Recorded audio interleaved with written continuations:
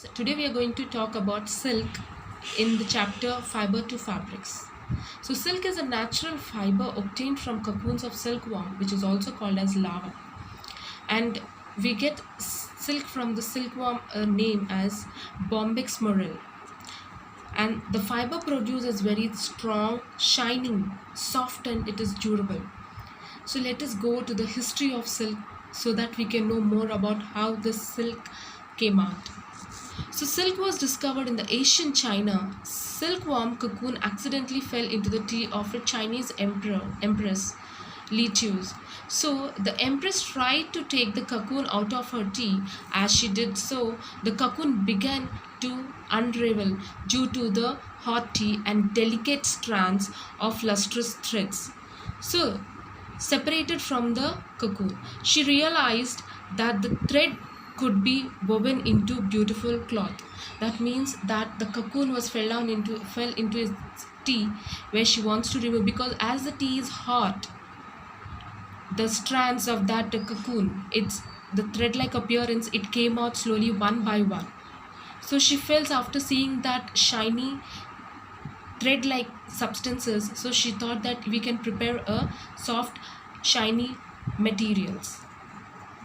And here the study and the cultivation, the production of the silkworm of silk is called as sericulture. So the commercial cultivation of silkworm for the production of silk is called sericulture.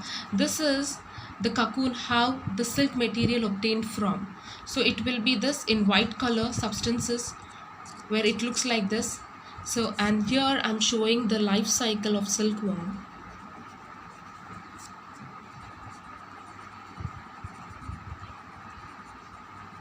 So let us see how the silk obtained.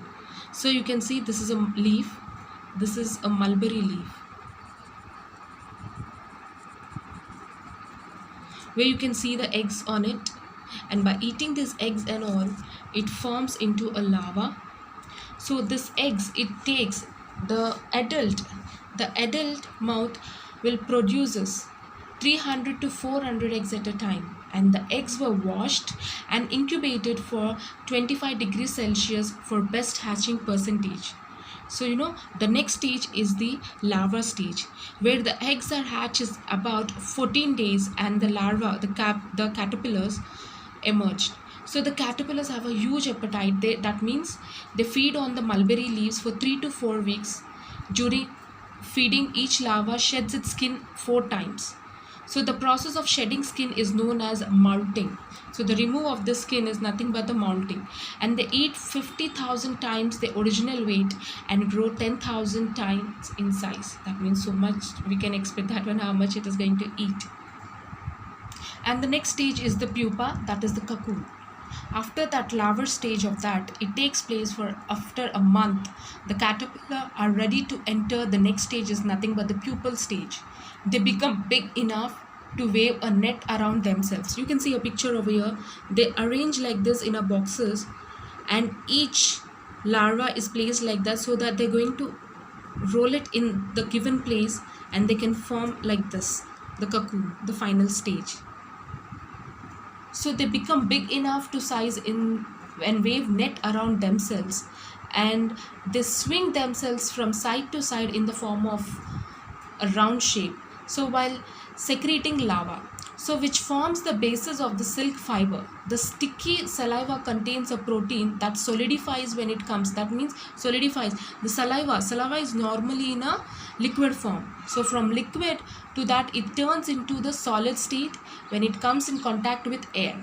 So after the caterpillar completely covers itself with the silk fiber, a cocoon formed, and at this age the caterpillar is called pupa. The pupae develop into adult moth and emerge them from the cocoons about 3 weeks later. So from after that they turns into the adult moth, and this is how the fiber takes place.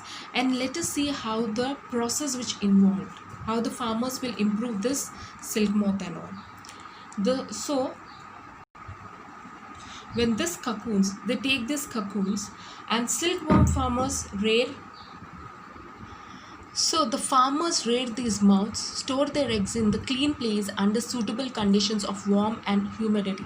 So when the eggs are hatched and the caterpillars emerge, the conditions are kept in a rectangular broom trays, where I've told you here, as a rectangular broom trays. So in here they feed on moist, fresh chopped mulberry leaves, and the caterpillar stops eating after 25 to 30 days.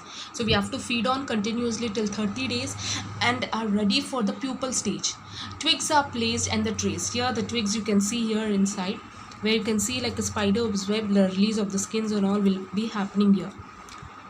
So like that, the caterpillar spins their cocoon over the next 3 to 7 days to obtain the silk fiber.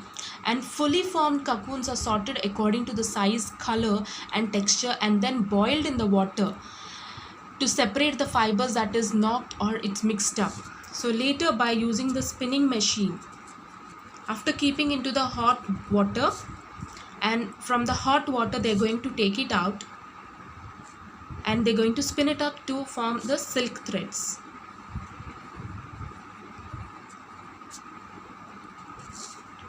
So the insect inside the cocoon is killed during this process.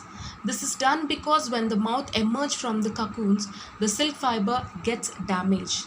The threads are unwounded from the cocoons by using a special machines during this process called railing.